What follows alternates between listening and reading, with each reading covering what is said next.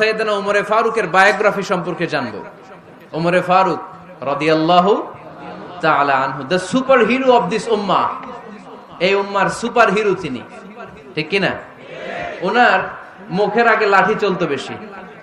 সুবহানাল্লাহ পড়বেন না? মাঝে মাঝে লাঠি চালানোরও দরকার আছে না নাই? সাইয়েদনা উমরে ফারুক আমাদের জন্য অনুপ্রেরণা। He is the real superhero of Muslim উম্মাহ।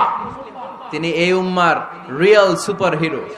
এজন্য ওনার জীবনী থেকে আমরা কিছু শিক্ষা নেওয়ার চেষ্টা করব ইনশাআল্লাহ। পড়েন সাইয়েদনা উমরে ফারুক কিভাবে ইসলাম ধর্ম গ্রহণ করলেন, কিভাবে বিশ্বনবীর প্রাণের কলিজার টুকরা হলেন, এটা দিয়ে আমরা শুরু করি। আল্লাহ তাআলা সাইয়েদনা উমরে ফারুকের হৃদয়ের মধ্যে 3টা ধাক্কা মেরেছেন, ইমানের ধাক্কা। আওয়াজ করে বলতে হবে কয়টা? জোরে বলেন তো কয়টা?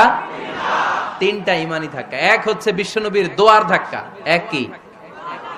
দোয়ার ধাক্কা। 2 হচ্ছে সূরা হাক্কা দিয়ে দিয়েছেন আল্লাহ এক ধাক্কা।